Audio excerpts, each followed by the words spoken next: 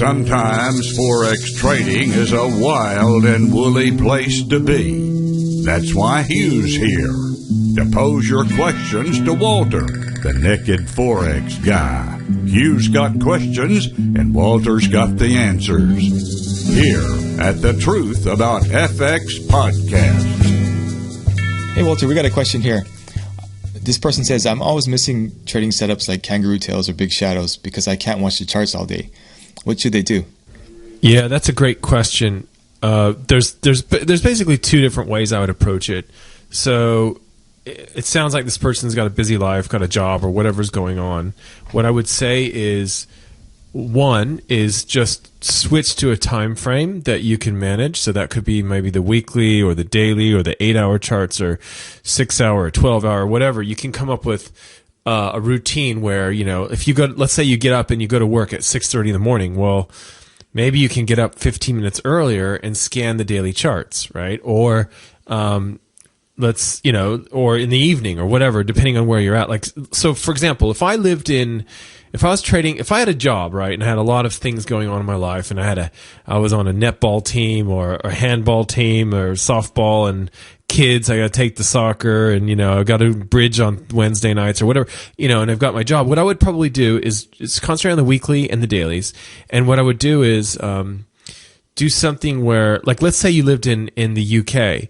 Well, in that case, you know, the candle is going to close in your evening. So if you went to bed, like if you use the 5 p.m. New York candle close, then that would be 10 p.m. your time in London. So what that would mean is that you would be able to check the charts at 10, and you would know, like seeing those charts, you would know whether or not you were going to have a trade the following day.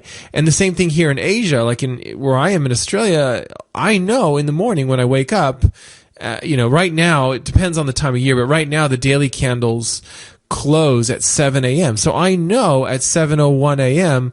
whether or not I've got any daily candle setups. Now, the only thing I would say is everyone has to decide on their own whether or not this is your experience. But my experience has been that you don't want these daily candles to necessarily trigger during the Asian session. So if you live in Europe, what that means is you might flag some charts at night before you go to sleep. 10 p.m. or 11 p.m. if you're in Germany or something like that. And then in the morning, get up quite early and put your order in before the London Open, right? So that would be, if I lived in Europe, that's what I would do. I'd go to bed at like 10:30 and I'd wake up quite early, maybe 6:37, just to make sure that I could put my order in before the market started to take off. Because I don't want to be triggered when I'm sleeping at night in Europe during the Asian session. Same thing here in Asia. What happens is I'll flag the charts in the morning when I have a chance to take a look and see where they closed after 7 a.m. And then half of the year it's 9 a.m., but whatever, it's in the morning. And then after the Asian session's over, so in the early evening, like 4 or 5 p.m. is when I start going, okay, now I'm going to have a look and see where the Asian session took the chart, and then I'll place my order as Europe is starting to wake up. So that's one way to do it. The other thing is you could automate this. So in the, I'm not super big on automation, but I think in the private forum, you can go in there, and there's some people that have created these things that will flag the different patterns and things like that, and I think maybe even send you an email or whatever. I don't know, but that's another way to do it. Is even if you don't have access to the forum, you can have someone ask someone to program this quite easily, and they can program big shadows or kangaroo tails or whatever, and they'll flag all of those, and it could be set up so that the EA sends an alert to your inbox, when that happens. So that's another way to do it. But really, I think the simplest way is to just set up your life, if you're so busy, that you have that time in the morning or in the evening to sit down and make your trading decisions. So that's what I would recommend. Yeah. Okay, cool. When you talk about flagging a currency pair to check later, is there any way that you do that in particular that might help people?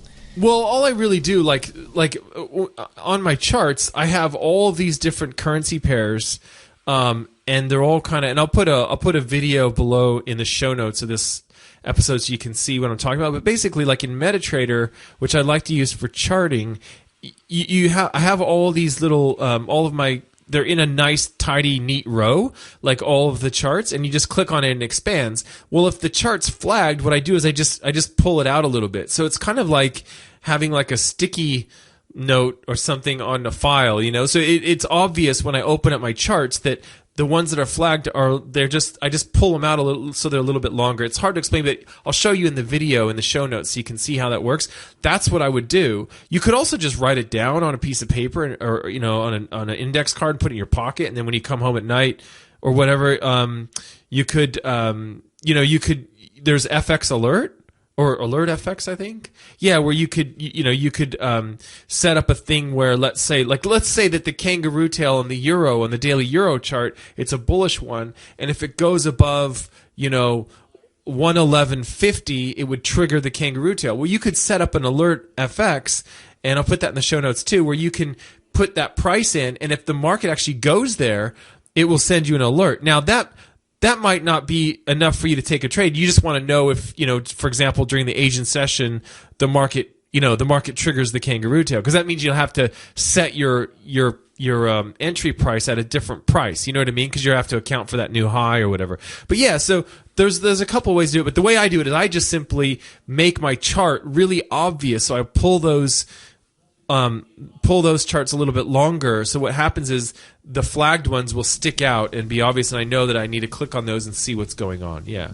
So hopefully that makes sense. Yeah. Okay, cool. Yeah, I think it does. Thanks for the tips. Thanks, Hugh.